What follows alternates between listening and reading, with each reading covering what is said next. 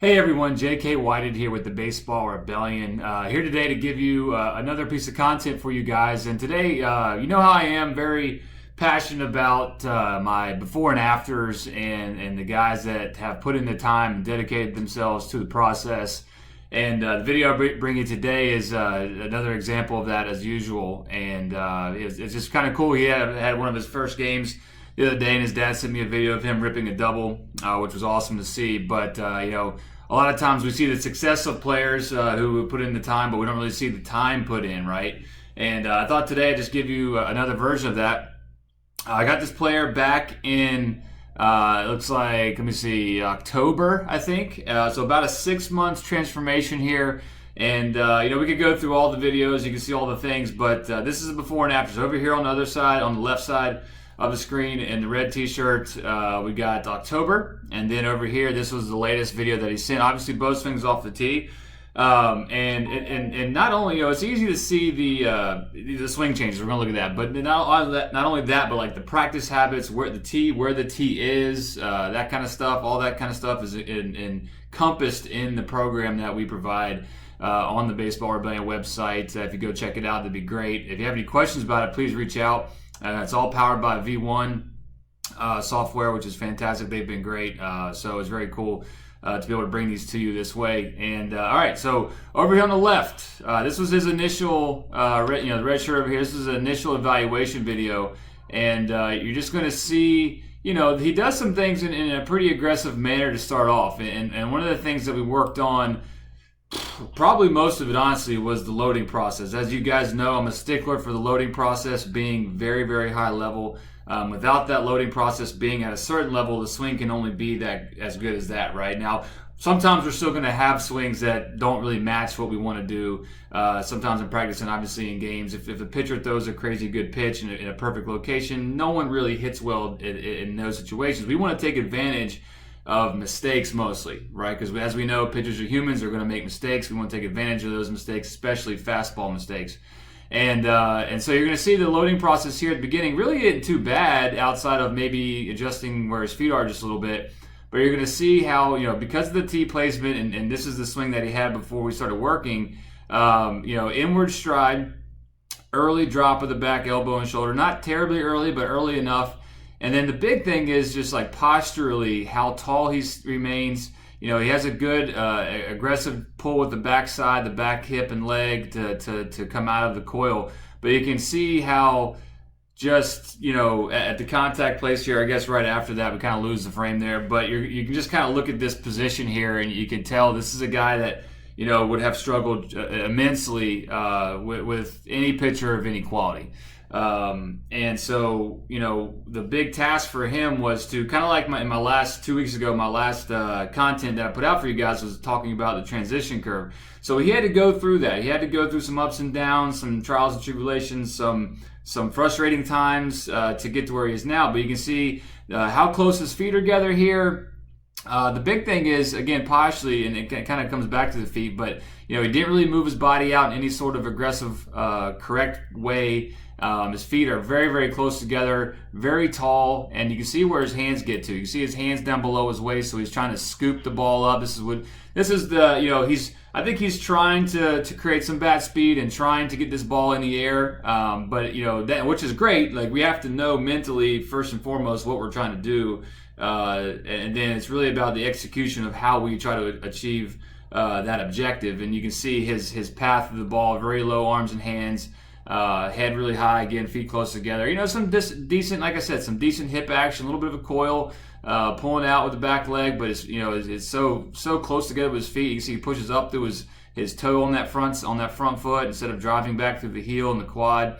Again, eyes down the ball, but you can see he rises. You can see his head height. See how his head gets taller as he goes through his swing. So we know what that can do to us, not only from a quality of contact aspect, but also a visual aspect. When that ball's coming in, we're getting taller, the ball's getting shorter. It makes it something already hard to do when you're perfect, incredibly harder. So here he is over here, our latest video. We're just going to pause this video kind of here. The rest of the swing doesn't matter. Not really. You're going to see kind of almost golf-like finish, right? And that's what I told him that first day. I was like, it looks like you've been playing some golf. You get out on that front leg, very tall. that kind of thing. But we'll take it back to kind of right around contact here.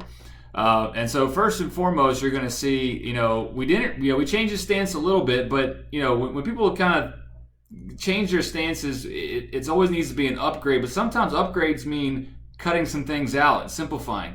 And so he got to a little bit wider stance, kind of got rid of the open stance a little bit, and just put himself in a more advantageous place to get the job done. And really, that's all that matters. Now, if you're a guy that can use a leg kick or a toe tap or whatever version of what you do to get to the same spot, as we watch in Major League Baseball, there's multiple ways to do it.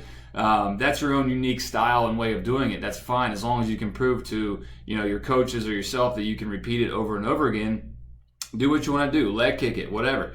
But you're going to see as he goes through the loading process, nothing too crazy here, different. Now, he does show the big posture change, though, and this is where some of his biggest transformations really came into place because, as we know, posture and hinging and things like that, as we've discussed multiple times on our website. If you have any questions about that, obviously go check it out. And then you're going to see the much more dynamic, I would say, loading process here, where not only is he getting to his front side better and transferring weight into his front leg better here, but his timing with the back elbow, because as we know, the back elbow has to be timed up with the pace of the move forward, just like if you watch the difference between like Cody Bellinger and Javi Baez, right? They're two very different movers in the pace at which they move, especially from their stance into the load. Bellinger is very quick, so that back elbow pulls back, later and faster, whereas Baez is a lot more slow, and he does some extra things because his tempo is a little bit slower, right? Both get to the same positions and swing very much in the same way, but obviously getting there differently, like I mentioned before. And so you can see the changes he made. So that back elbow pulling back towards his house as he moves his hips and his butt forward into the front leg, compressing into the ground. And again, you're going to see some things that are not perfect because he's still work in progress here still. But look at this position he's put himself in compared to where he was, right? Like, it might not look a lot different maybe to the naked eye, but, it's so important for baseball players to understand that these little things, these little incremental detailed changes in stride distance and posture change and awareness of where your head is and where the tee is and, all that stuff really comes into play when you add it all up.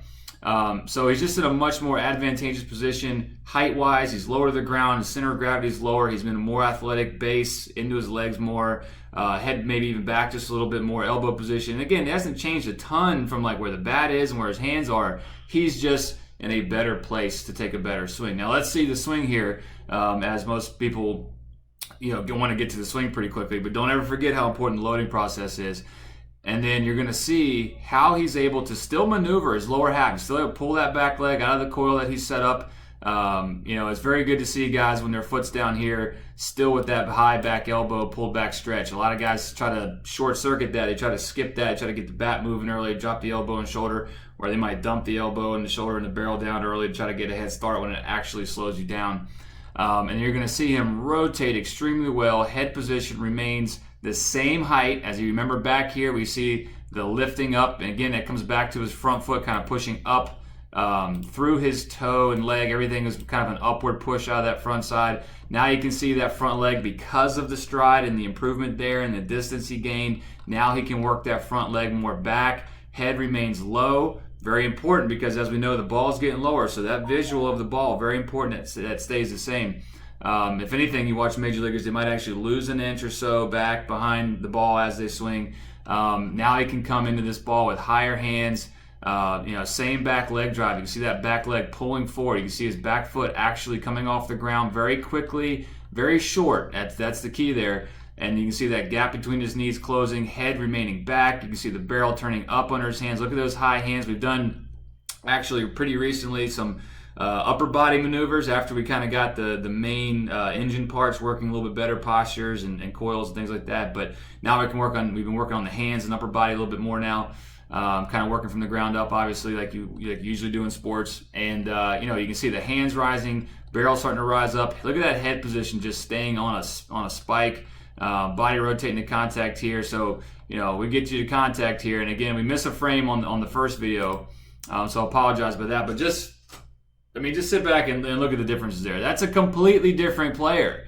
Same human, different player, right? Different capabilities, different opportunities, different types of well-struck balls. Not just, we've talked about it on our website a lot, not just about the perfectly timed pitches, but the mishits, right? His mishits now have a chance to be something productive. And it's just, it just makes me so happy to see guys after they put in the time. And he was a grinder. Every week, video sent to me, going over it, took what I said, put it right into action. Didn't ask, not that he didn't ask any questions in a bad way, just, hey, let's get to it. He got to it. He did his job.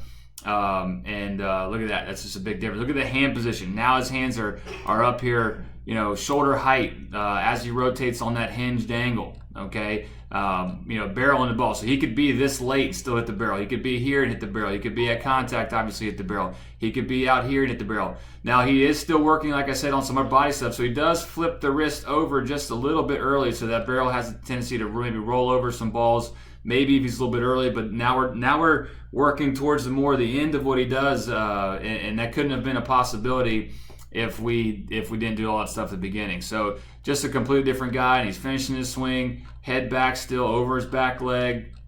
One-hand finish guy now, looking like an actual baseball player now instead of this forward and tall golfer, more of a finish. You can see the space between his feet and all that kind of stuff. So not to get into too much of the details of it to take any more time, but this is what can be accomplished. And his game video that he sent me the other day was excellent. Not quite as good as the tee. It's going to filter up from practice into the game eventually after so many positive, thoughtful, conscious repetitions of doing it the way we want to do it in practice. Will it start to show its face more and more in a game?